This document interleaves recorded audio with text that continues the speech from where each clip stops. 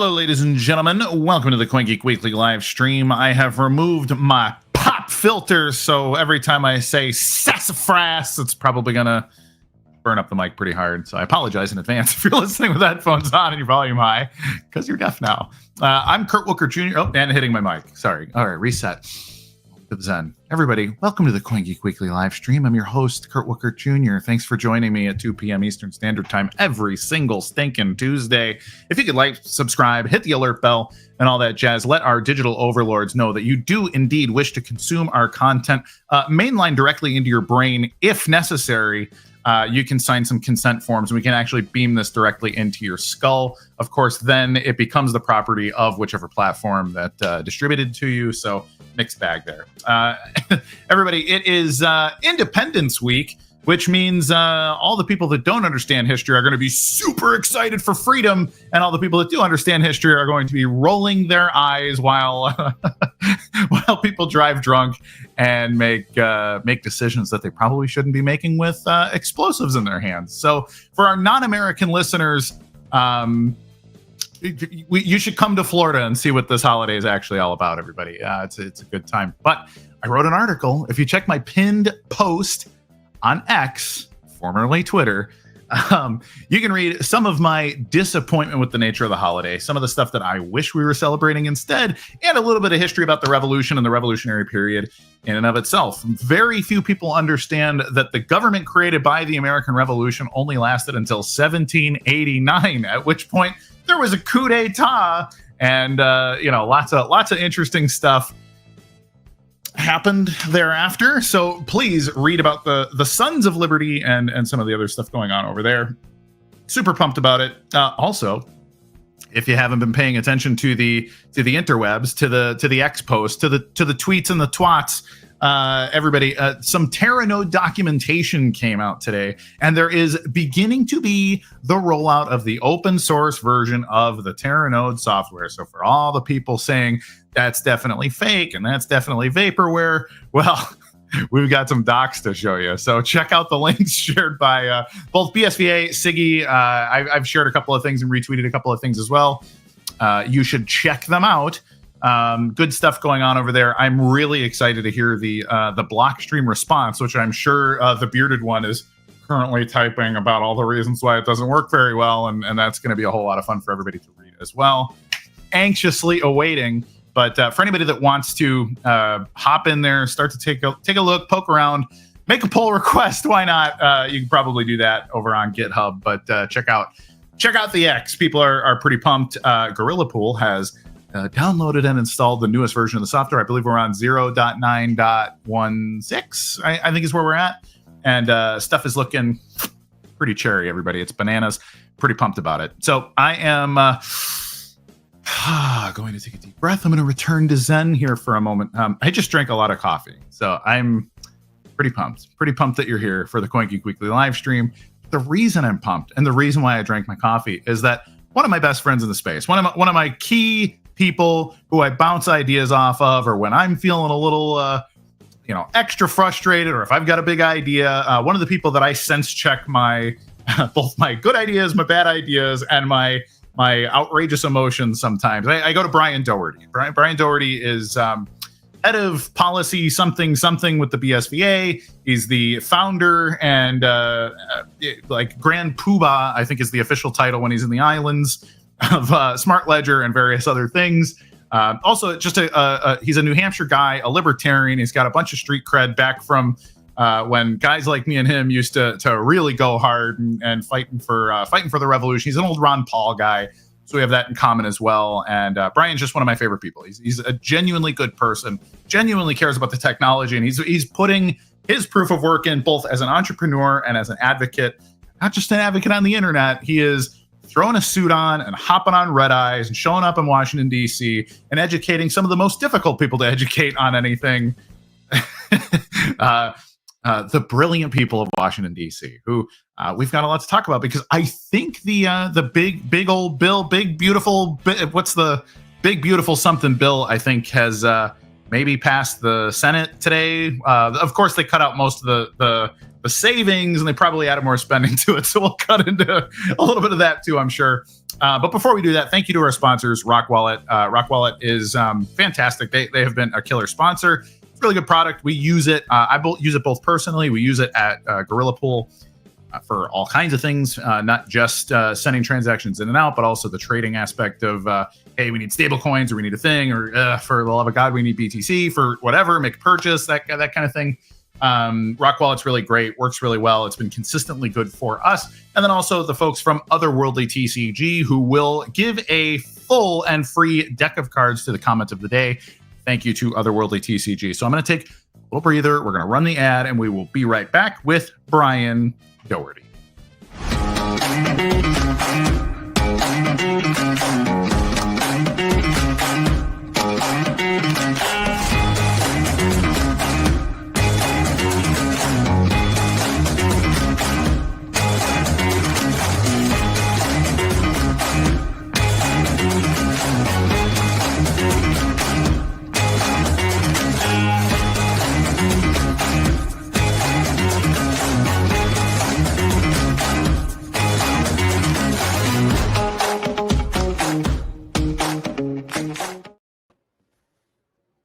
Hello, sir.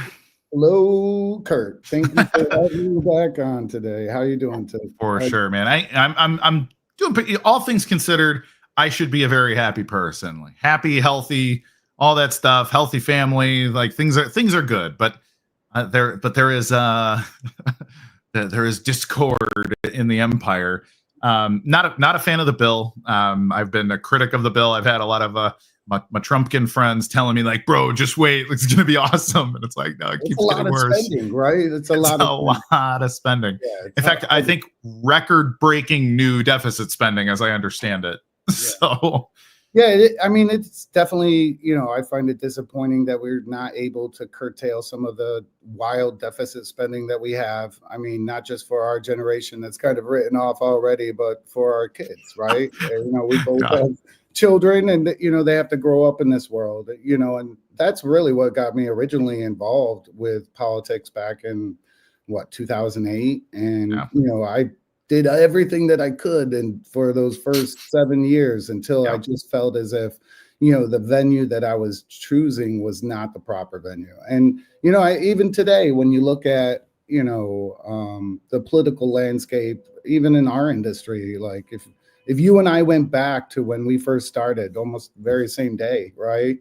It was a different landscape then. It was, if you described it, it was the absolute wild crypto casino West, right? Yeah. Where anybody was creating an application, there was could be a SEC violation just blatantly, and nobody, nobody really cared. Nobody was really paying attention. And then I think, what we see now is even more like monumental as far as a regulatory shift. And I would say probably the greatest, most aggressive regulatory change in a specific industry ever, right? From going from where we were even just a couple years ago to where we are today. I mean, you're talking in under 6 months, Trump has basically changed this whole concept from regulation by enforcement to regulation by clarity. And I know that there's, he takes a lot of strikes, or at least his family takes a lot of strikes for, they're delving into various crypto, entities and everything else. But I think if you look at, the instruction that he's really given his administration, it is very pro clarity in many ways, in some regards, right? I think that there's some questionable, understanding of the overall technology in general, but that's been true since I've been going to DC and advocating, right? Like, one of my biggest and still number one talk tracks is the conflation of cryptocurrency and blockchain.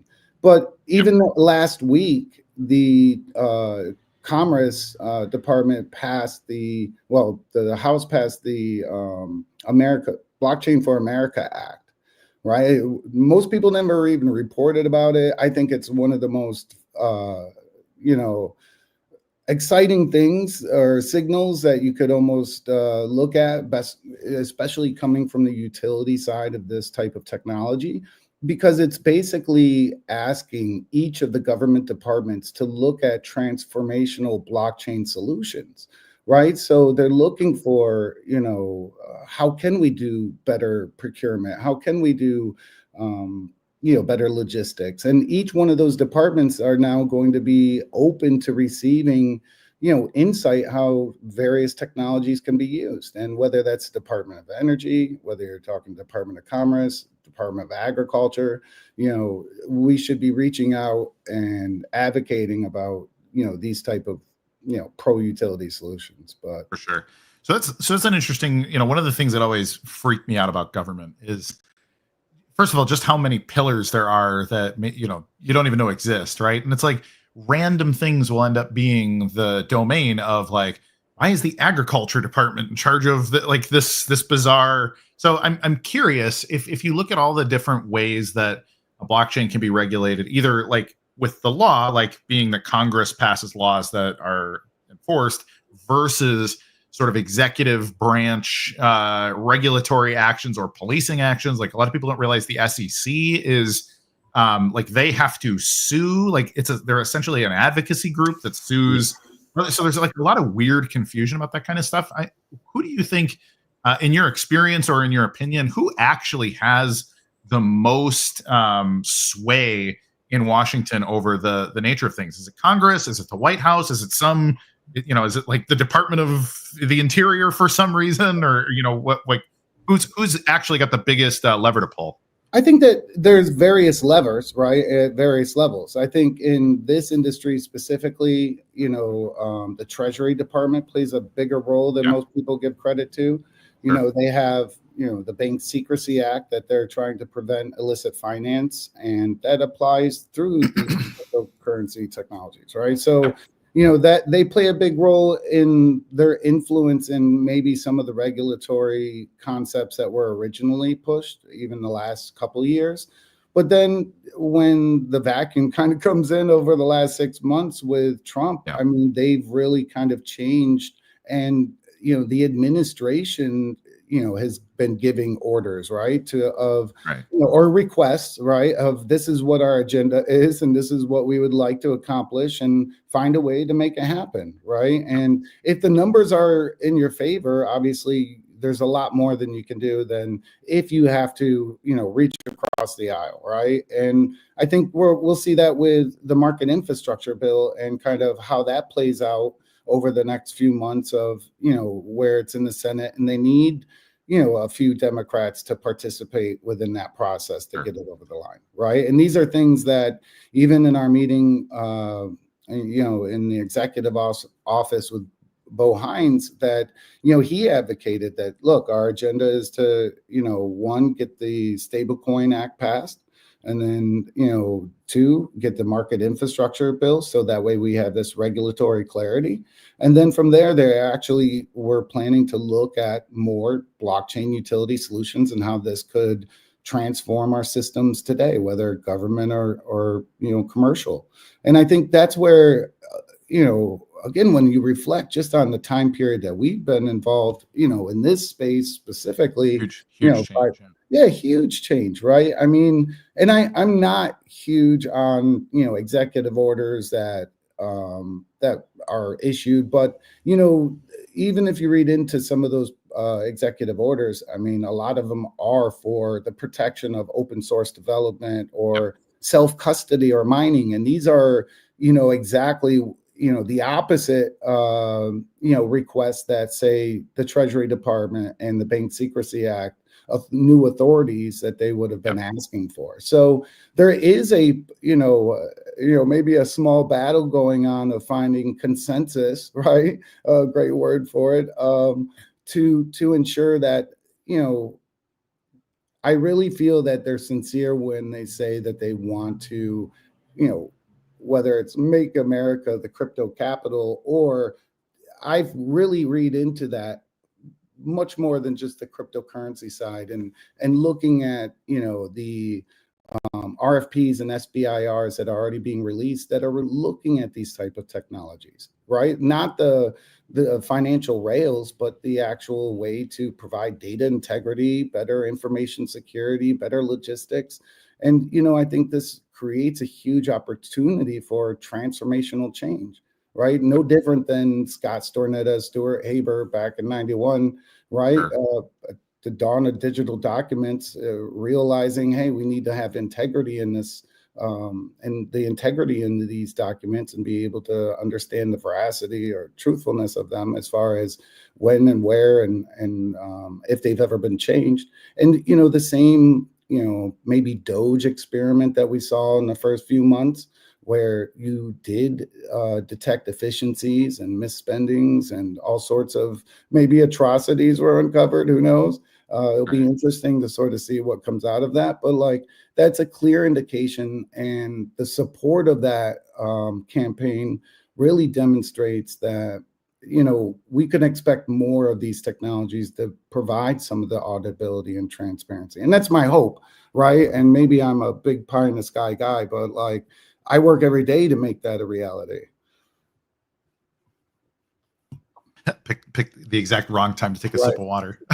But no, so I think the funny thing is, when we talk about, I always say like the pamphlet version. So like there's all kinds of things that, somebody hands you, like when you're walking around, downtown or something, they're like, hey, you want to check out our thing? It's like looking at it like, hey, that sounds really cool. But it's like, no, I'm not giving you money. No, I'm not signing up. No, whatever. Because it's like what's actually down that rabbit hole? And that takes a ton of work. And like lots of things are either deliberate scams, or sometimes they end up being scams by just incompetence. Like if too many people just aren't good at protecting your data, or just somebody makes a mistake or whatever. And then all of a sudden, like, oh, shoot, the whole thing fell apart. And that's always my fear with government, is because it's so big, it's so convoluted, and there's so many things where it's kind of unclear who has to take ownership of an idea and make sure it makes its way, into the end zone. And I think Trump, for all the things you could criticize him for, I think he's sincere about the things that he says when he says them. Yeah. Like he has an idea. He's okay, this is good. Like let's head this direction. And I think he's really good also at kind of gearing people up. Like if you're the pro Trump guy and Trump tells you to go do a thing, like I like his ability to kind of mobilize passion and that kind of, that's super useful. My concern is well, he also has lots of the opposite, like the people that instantly go into gear to undermine him if he says anything, even if it was something they thought was a good idea 5 minutes ago. Like enemies of the state and want to get deported. Right? I mean, it is scary, and and that's government unchecked, right? And that's where I think it's always the people's fault. It's never going to be their fault, right? It is. I really sincerely mean that. It's our fault for not being engaged. It's our fault for thinking that every 4 years that if you basically make a vote that you've done your civil Sure, yeah. But the reality is, and I had this conversation with a friend of mine yesterday, you're going to make the biggest impact closest to home. It's going to make the biggest impact on you, those policies, those that are closest to home. So get involved with your town, your county, your state, because now look, we can talk about Bitcoin being, this digital reserve asset federally observed, but then Connecticut, they don't, look at it that way. Right. So, there is this, concept of states' rights that, I'm strongly a proponent of. These are sandboxes in many ways. And, I want to see, a diverse, group of people being able to, govern, but govern in the sense of having a part, having a role, right? Instead of your role just showing up, and most people don't do that, but having your role of participating. And I think that whether that's your school, right, or all the way to your county board, right, there's a lot of different ways that you can participate. And the lack of participation and the lack of knowing who your neighbor is, going door to door, I think that's one of the biggest things I learned in my campaign days, when I've helped run campaigns for state, local, even federal office, that, it's a lot, your community grows and is more enriched by you knowing who the next 5 neighbors are just down from your door, right? 100%. I mean, your life could totally change just based on knowing the next 5 neighbors that you have. So, I think, when we talk about politics and change, I think the best way to demonstrate it is through these local vehicles. And I do a lot of work with, New York City, and I do a lot of work in the state of New Hampshire. But in New York City, you have NGOs that you have to kind of work through. You have government employees that you have to kind of navigate through. And so it does make it difficult. And, it again, to untangle all of this stuff, it would require people to participate, right? And I know that's not always everybody's favorite thing to hear, as far as, well, I don't want to participate in a system that may be corrupt or may not respect my voice, or for whatever XYZ reason. But, it doesn't stop you from holding a sign, from, going door to door, from finding those advocates that you can empower and support. For sure. So let's talk a little bit about, where the practical stuff. Like, there's like you've had various laws passed this year, lots of bluster and lots of executive order, and hey, we're going to make America the crypto capital of the world and that kind of thing. I see a couple of this comment here from this guy Shepard mentioning, like, hey man, if Bitcoin or if any of this technology becomes too American, essentially, like, lots of other people will not want to use it for that reason. So you kind of have the line to thread, basically, like, hey, how do we advocate for something without sort of undermining its neutrality as a global asset, or that kind of thing? And like, how do you think that kind of thing plays out with, making better relations with, like, Russia, China, Iran, and the U.S. because, hey, we're all trying to use the same stuff. Like, is that a thing that you think can happen, or like whose job is that to sort of parse those things out? I think it's a great question. And, regarding the comment, I think it highlights a key aspect. This technology started with a lot of people, cheering about the decentralization and the separation of government and the ability to, have something, that cannot be influenced, right? And then now what we see has been really the change of that mentality, where they're cheering on institutional and government acceptance, right? But then underneath the hood, while everybody's cheering and hoping that maybe their bags go up, I don't know, right? It goes to 500 million or whatever. But underneath all that, we see this stablecoin movement, right? But that stablecoin movement has almost crippled the altcoin world, right? Over $300 million is kind of, sifted away from that industry, and that's going to continue to happen. And what I find most really disturbing about it is that they've been able to kind of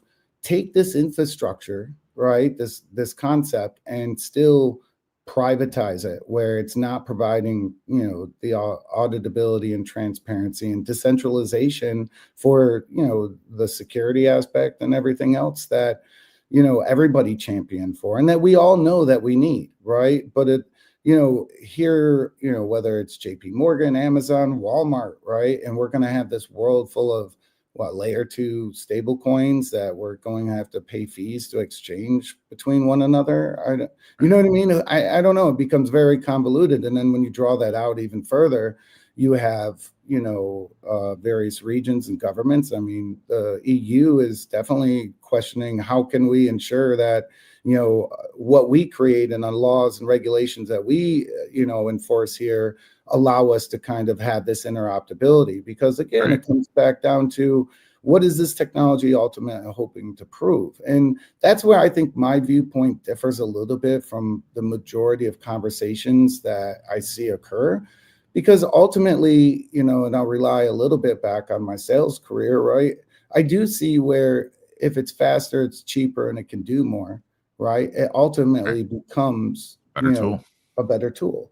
right? And it's hard to say I'm going to pay $2 extra when my competition's not having to, right? And how are you going to go and compete with that? So, there's various things that could occur. I see, it could be as simple as banks and financial institutions adopting technologies that are non-scalable, that ultimately cost more, and have a bad experience and never use it again, or ultimately, right, you have the same intrinsic issues that you have today with cybersecurity breaches and attacks, right? Because these are private systems.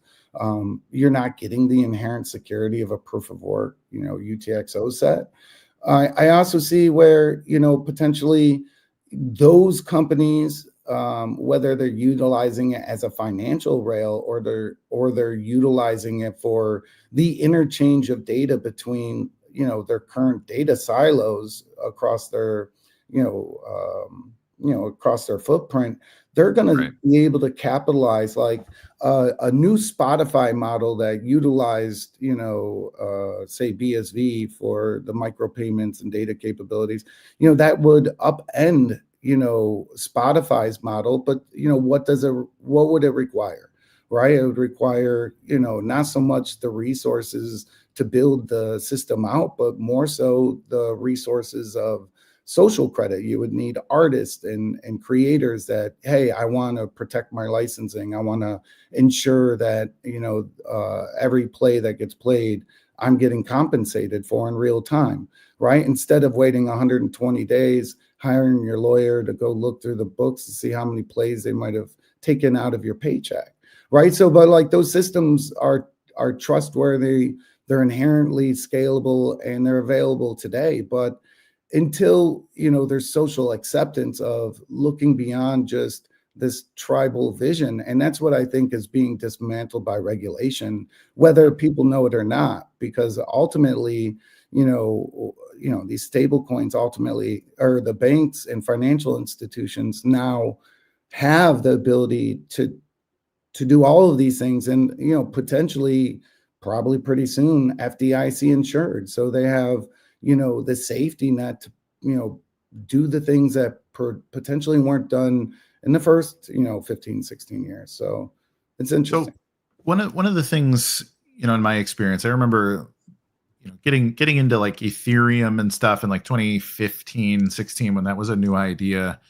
And I thought Bitcoin tokens were cool, but a lot of this stuff was very we all kind of learned about it as it happened, right? And then Ethereum really opened up a lot of people's minds to the fact that, like, oh, you can program an application that like has enforcement at the cryptographic level and all these other things. Like this concept of a smart contract became mainstream because of the Ethereum community and some of the stuff that they were doing. But so for me, I remember thinking back, 2017 era, like kind of categorizing my blockchains into like, okay, this is designed to be like money, and then this is designed to be like a contract enforcement tool. But and then it wasn't until like late into 2017 and into 2018 when I started to realize, like, actually this is all kind of a both and. Like if you just treat them for what they are, like it's a general purpose network on top of a general purpose distributed database, which means they're all just computers, and they have different superlatives, but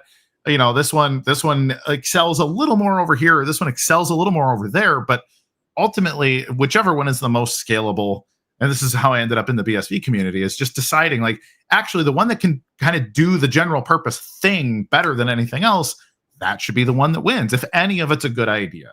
Yeah. And so with that as a premise, I'm going to bring up Eric's question here, who says, is there a movement towards seeing a separate category for data integrity chains like BSV as opposed to purely speculative assets? Now, I get a lot of people that ask this question because I feel like it's a both and answer, in my opinion. Like it's clearly, it's money, it's cash, it's whatever, but it's also this like utility data integrity thing. But you get these people who want to separate it out and really break, like, and I think it's largely because of the BTC people, and like, well, it's a store of value, everything else is irrelevant, whatever. And so it's kind of put people into these buckets of what's it for. So I'm curious, is there an angle there where, hey, one department might want to hear more about data integrity, the other department wants to hear, obviously if you're talking strategic Bitcoin reserve, that's a very different conversation than documents on the blockchain for modification, integrity tracking, or whatever else. How much do people understand that, and do you pitch that differently depending on the audience? I'm curious what your experience has been. I really avoid having the financial aspect of the conversations. Like I met with the House and Senate Finance committees. I have the same kind of conversations, but my focus is really on these other departments and agencies, DHS, DOD, Department of Ag. Why? Because they are interested in how these technologies can be used for data integrity, whether it's the precision agriculture, right? And I think you asked earlier, why these departments, why do they kind of get involved? And it's because, the Farm Bill is the biggest spending bill there is, right? So a lot of the innovative ideas and pursuits that they're seeking are kind of incorporated there, just as a lot of the DoD, DHS stuff that's incorporated in the National Defense Authorization Act. And for both of these, we have amendments to be put on for looking at these technologies, kicking the tires and doing proof of studies. And, but beyond that, obviously we're doing that on our own separately and more of a commercial effort where we're working with farmers, specifically Alexander Man. But then, when we have these conversations, especially regarding, some of the various, like whether it's the Clarity Act or last year was Fit 21, and I spent 2 years addressing just the definition of what is a blockchain, because they had it as any transaction over a cryptographic network. Well, that's pretty broad, right? Like that means anybody. Aren't they all encrypted? That means everybody's going to have to go and register with the SEC, and that's probably not going to be a good thing for them. I mean, they're going to be inundated, right? But now, I think you start to see all these different regions as they explore their regulatory frameworks. The EU is not looking at it from the same prism as the United States. The US is looking to fast track these technologies, integrate them into financial systems, right, as well as the integrity systems, right? I don't know how big of an appetite that is, but I can see that there is an appetite for it because of the requests for information that have been put out publicly for anybody to answer. And then as far as how much do they understand, they're understanding much more compared to prior to FTX. Prior to FTX, I could have been speaking Swahili. They would never have understood. But even when we go to DC, we had the demo day. They get to functionally see and talk about the technology and how it would have an impact on their own state and constituents. So it becomes real to them. But those conversations, and you're familiar with this, it's just like an enterprise adoption cycle, right? Especially for a new technology, for something that doesn't have regulatory clarity yet. Like just regular technology you introduce would take 3 to 5 years to adopt for commercial entities. And we're talking about government entities that maybe still using systems that are 30 years old, right? So it is it is a challenge to get them to understand, or to make sure that they don't kind of throw the baby out with the bathwater in the sense of stifling this underlying technology. But I think a lot of the difficulty has been the vocabulary, right? The definitions. What is decentralization? Like 5 years ago, I think we were spot on, with our term of decentralization. And guess what? It's represented in exactly the mature blockchain system, right? So that's exactly what they're highlighting, is this concept of decentralization. Now, how are these interpreted by policymakers?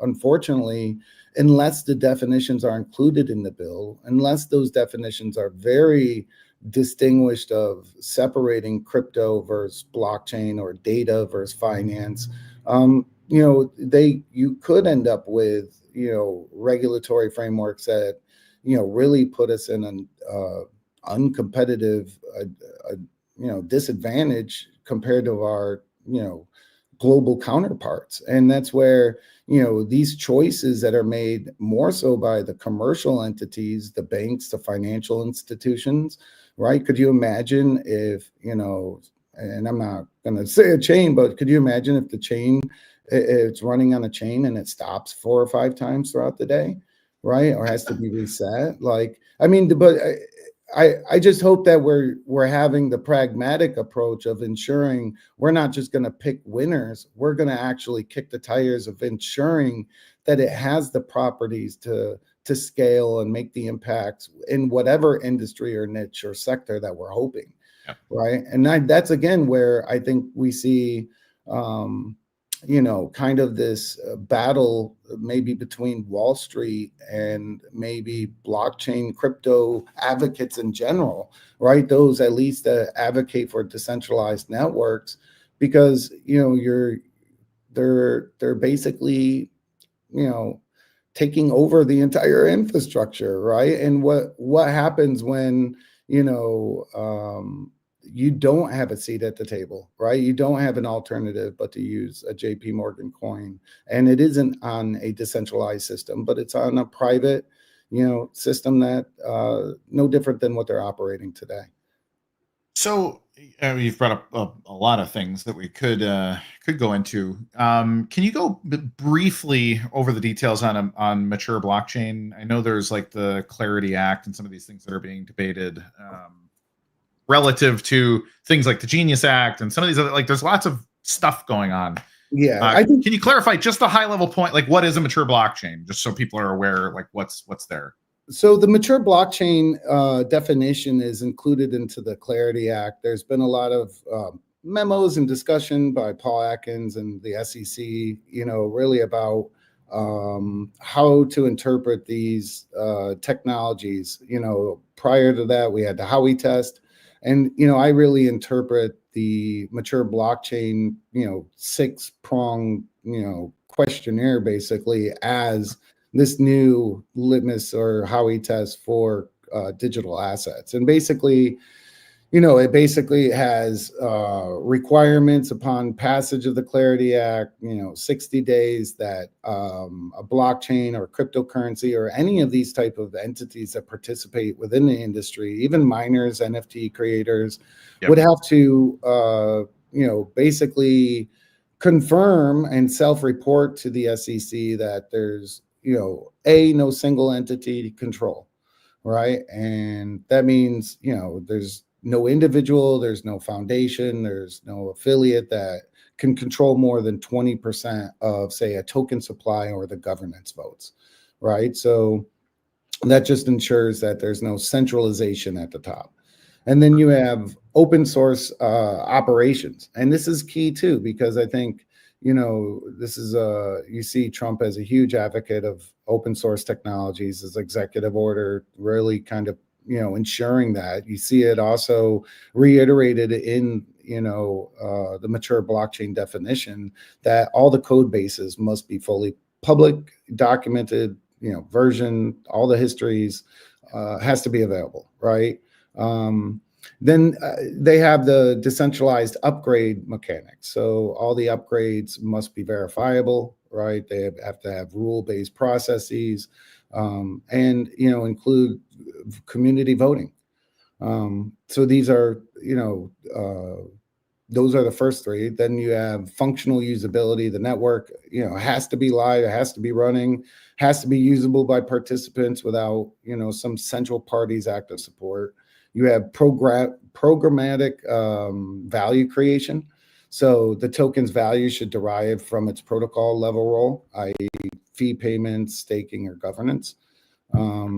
It can't be primarily from the expectation of a third-party profit, right? There's your Howey prong there. Substance over form, as Greg would say. And then there's one more. So you have to have a complete roadmap. So you have to, very much like the MiCA requirement for a white paper, you have to have an entire substantially complete project, roadmap. Cool. And then every entity would have to self-report, like I said, to the SEC, ensuring that they meet these, right? Yeah. Yeah. So it is, it might be and that here's another point before you go there, because I already know what you're going to ask. But like one other aspect I think that most people overlook in this stuff is, look, a lot of this technology was, built off the backs, of at least the various crypto and blockchains that are out there. I'm sure a lot of people that went out and, built it out of their basement or built it out of a small business, right? So what is the cost of compliance also have? What impact does that have on, not just entities that encounter U.S.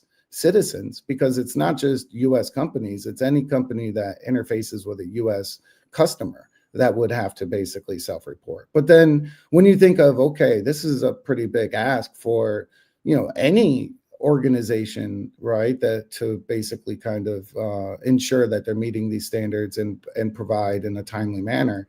Well, what are the costs of this type of compliance, not just here, but in the EU or the UK or, Taiwan or Singapore, where they have these, other regional requirements that you're going to have to meet compliance too, because it is a global technology. So, I really would would love people to think about how these, how all of this, and even, Wall Street's, play and really kind of looking at this technology and making a private implementation of it, and how that all plays out onto the industry that they were so familiar with over the last, 10 to 15 years, that, it is a monumental change. And within 6 months, so much has occurred. Within the next 6 months, you will probably see your JP Morgan coins, your Amazon coins, your Walmart coins. So it's, yeah. I think it is one of those things that's like slowly then suddenly, like it'll be one company will launch, and then within 6 months there'll be like 50 company coins that everybody's like gives you some incentive to use. So it's as I listen to these pillars, I picture like the fight going on with Bitcoin Core versus NOTs right now. And it's like, well, 6 months ago it was 99% Bitcoin Core, and now something like 15% of every node on BTC is NOTs. Well, that's still, if you look at that, that's like, okay, so who is Bitcoin Core? And then it's, there's 4 maintainers, essentially allow all discussion to come like the stuff that me and you have talked about for years. Like, hey, like it's a lot more centralized than they claim to be.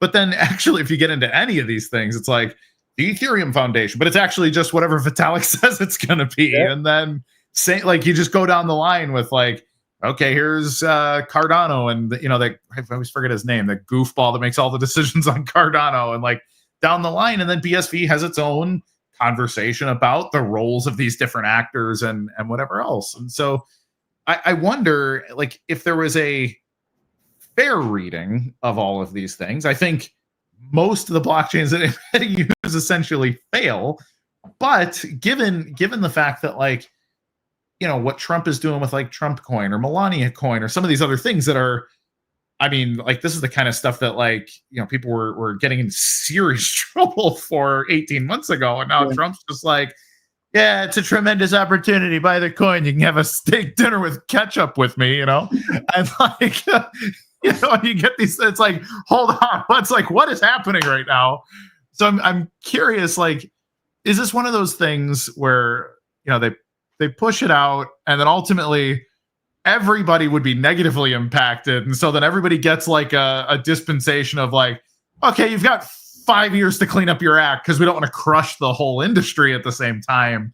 Like, do you think it's something that plays out like that, or like what do you think this looks like from an enforcement standpoint? Yeah, well, I think just judging from the first 6 months here, where I think they've dropped 125 or 122 enforcement actions, the SEC has.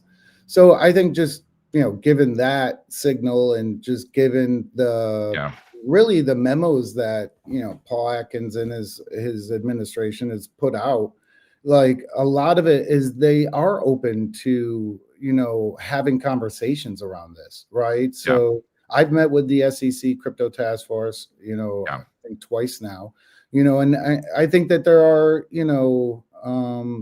there's still a lot for them to learn and take in consideration, even from the illicit finance aspect, like the ways that they, think about how they're going to, ensure the integrity of these systems or the integrity of the, participants of these systems.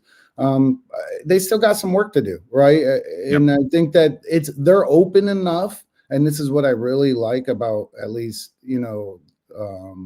this SEC, is that they're very open and receiving and trying to understand the nuances of various implementations. And I think they will be somewhat forgiving.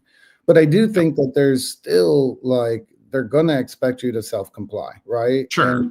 And that's where I think the challenges become. If you're just creating NFTs in your basement, right? Are you going to chat GPT a legal response to the SEC? Right? I don't know. Yeah, probably not would be my guess. But or are you gonna move on to selling ice cream or something, right? So I think that you're going to see a lot of the people that make up this ecosystem replaced with guys in suits, right? And whether that's first on the financial aspect, as we're obviously seeing, right? It definitely will occur on the other side of the token, the pun intended, on the utility side. And I think that's where, again, one of the other things that's changed since you and I, kind of came into this space is, even with the news of the documentation, shout out to Siggy and the incredible team and work that they've done there on Terranode. Well, guess what?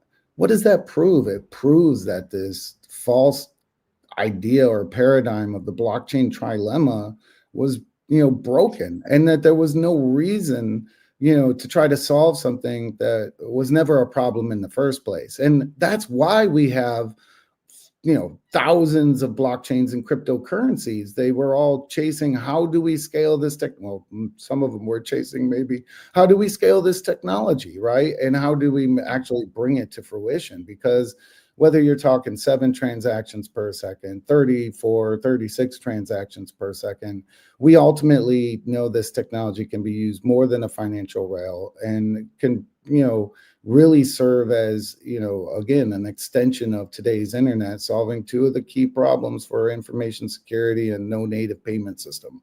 So I think our journey is not yet there. We have not hit the top of the arc. Right. Yeah. This is another stage of adoption. Right. And, it just doesn't happen to be, say, the argument that propels BSV to, being a substantial competitor. But underneath, again, as we said earlier, what happens when, say, that first entrepreneur, that first financier who says, hey, what does BSV do for a global rail?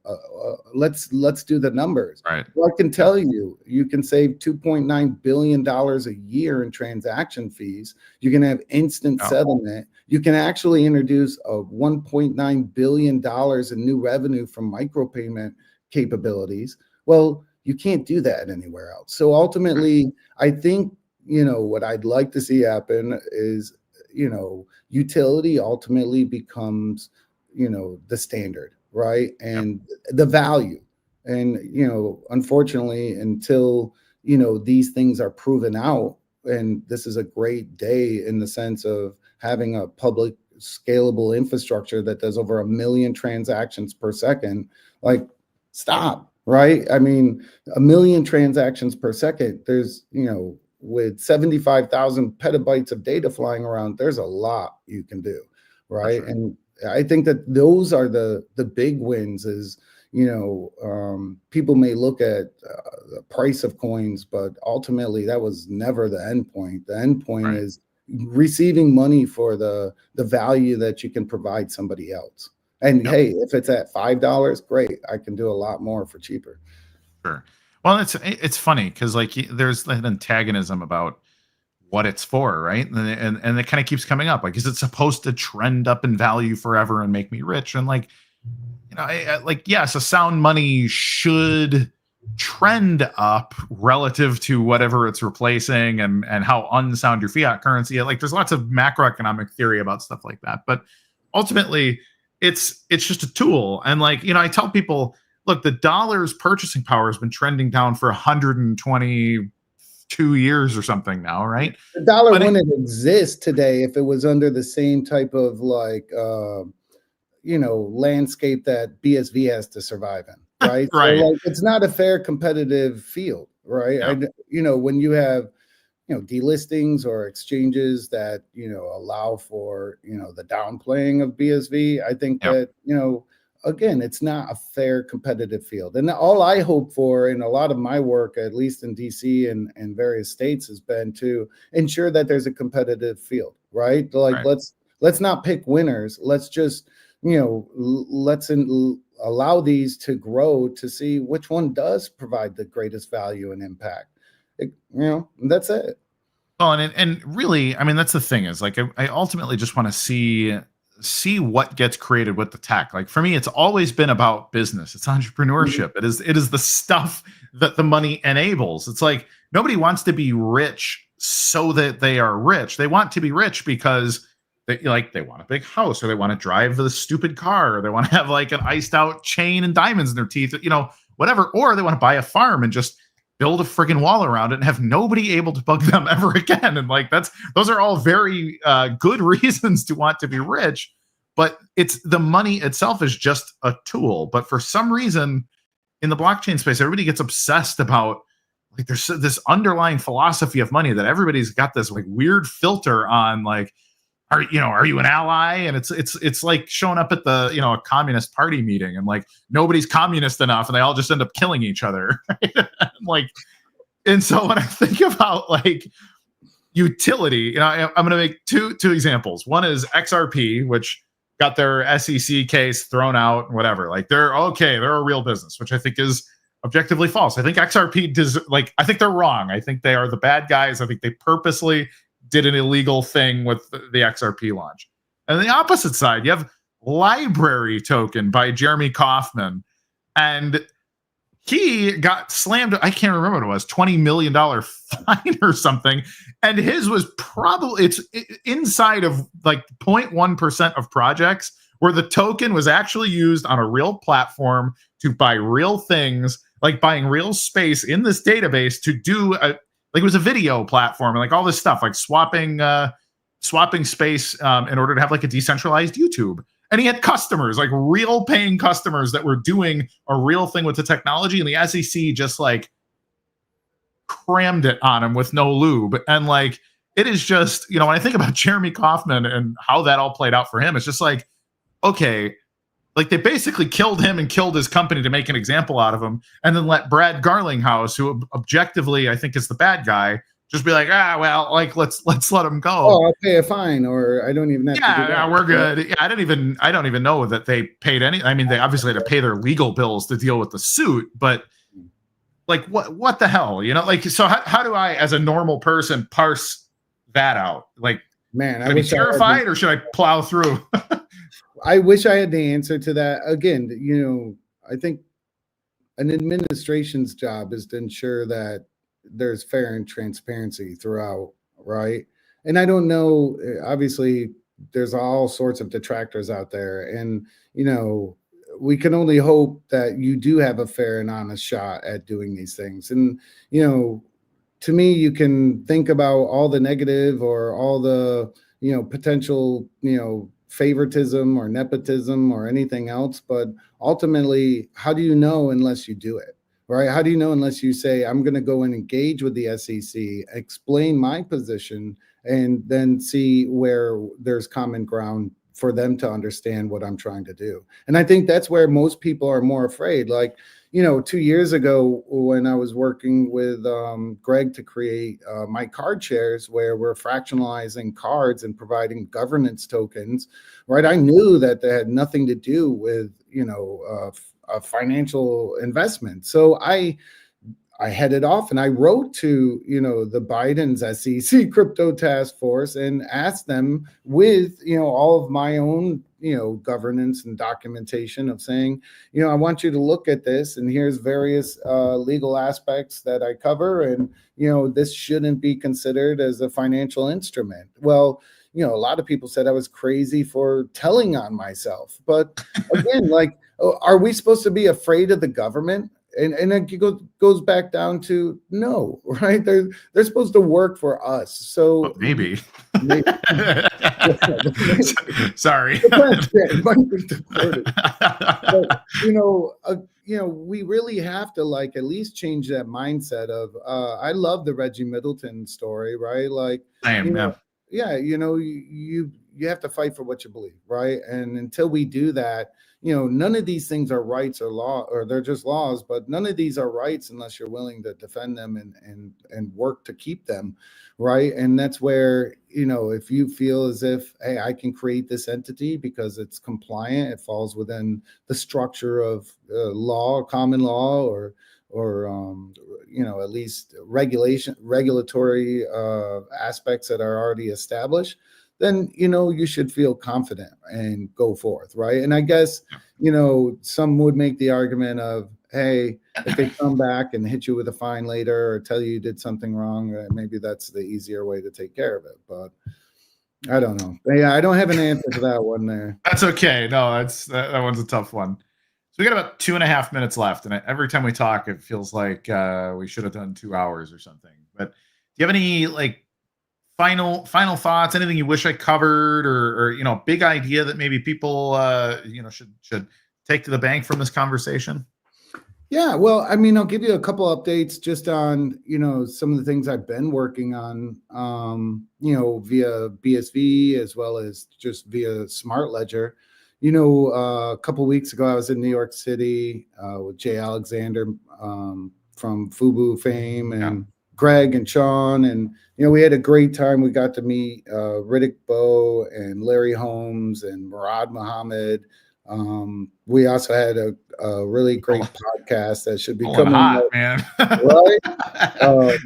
But yeah, I think, there is a lot more activity that is occurring in, even our own ecosystem than most people would give credit to or even understand it is occurring. And, again, there's tons of ways now to get involved, to build. That's the best thing I've seen lately is, people building applications, whether they're using Bolt or some other AI, implementation, and they're utilizing, the libraries of the BSV blockchain. And, I would continue, to experiment and talk to other people to learn and how to solve those problems that they're looking to solve. Right. And, we've never been at a time where you had more tools to create and make a difference on your own. You can compete with some of the biggest,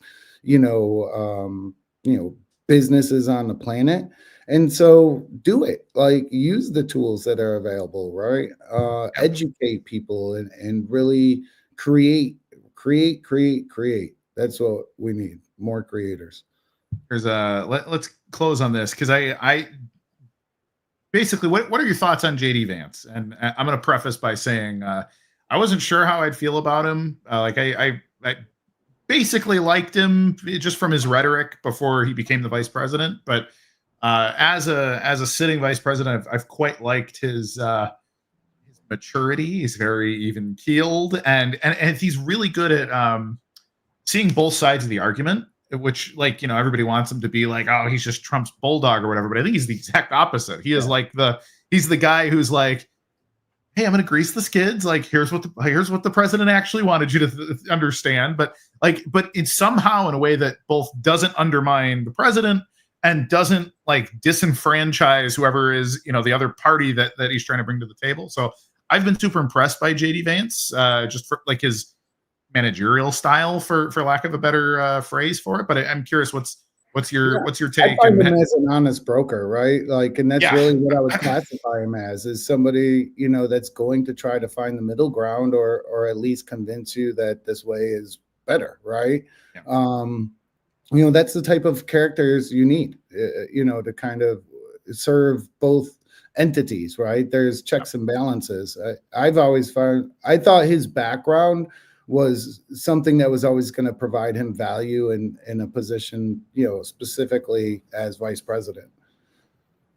He's I quite like him, and I like his just his general sense of humor. He doesn't he very clearly doesn't take himself too seriously. Like, he's been funny about like the memes of his face, like, that have come out and all this stuff. He's like, yeah, I don't know, I think they're funny. Or or when he ended up on you just gave me an image of one of those memes. Oh, endless. Yeah, no, it's like, it cracks me up. Like, somebody posted the other day and they're like, in 1,000 years, historians, they're gonna have no idea what JD Vance actually looked like. Like, that's funny. He's gonna be egg yeah, right. Like, who was this terrifying figure who was the vice president? But I think the other thing is he ended up on the Theo Von podcast like a month ago, on the same day that like Elon Musk and Trump were having this huge blow up, and he shows up like, but just posts on X like, well, slow news day, not sure what we're going to talk about. So he's just like, like he said, I like how he rolls with the punches really, really, really well, and I think it's a quality that I wish we had better in our typical representatives and executives. So salt of the earth. He definitely comes across as salt of the earth for sure. All right, I'll give you the last word, 30 seconds, and then we'll kill it. Yeah, well, again, thank you, Kurt, for having me on. And if you need to get a hold of me, hit me. Best way is email, Bryan.Daugherty@bsvassociation.org, or Bryan@smartledger.solutions, and hit me on Twitter as well. Love it, man. Talk soon. Take care. Take care. All right, everybody, let's bang out the comment of the day. Mr. Producer, roll the tape.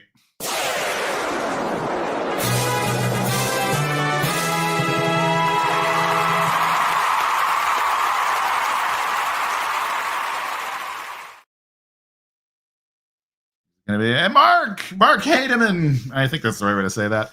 Please reach out on X to the real CoinGeek account. Presumably you have an account on X. If not, reach out to me. I think me and you have traded information at some point. We'll get you worked out. If you have a hand cash wallet, you can receive the cards courtesy of Otherworldly, TCG, one of the great sponsors of the show, along with Rock Wallet, the other killer sponsor of the show. And if you would like to sponsor the show, please reach out to the enigmatic and mysterious Mr. Producer via the X account for Real CoinGeek, at Real CoinGeek on X. That's how the humans say it, so this is how I will say it. Anyways, I'm Kurt Wuckert Jr. It has been the CoinGeek Weekly live stream, and I am delighted to have been your host. Thank you for spending your hour with me talking about the science and the mysterium of government and politics and Bryan Daugherty. So everybody, no, really, it's been a pleasure. Please like, subscribe, hit the alert bell. It really genuinely helps us. I know I like to make fun of it and talk about our antagonistic technological overlords that count your likes and subscriptions, all that, but it is actually true. Helps us make this content and helps bring it to you. So everybody, thank you so much. We could not do this without you. And last but not least, be good to each other. If we can't be good to each other, then the rest of it probably doesn't matter anyway. So everybody, take care. See you next week, and goodbye.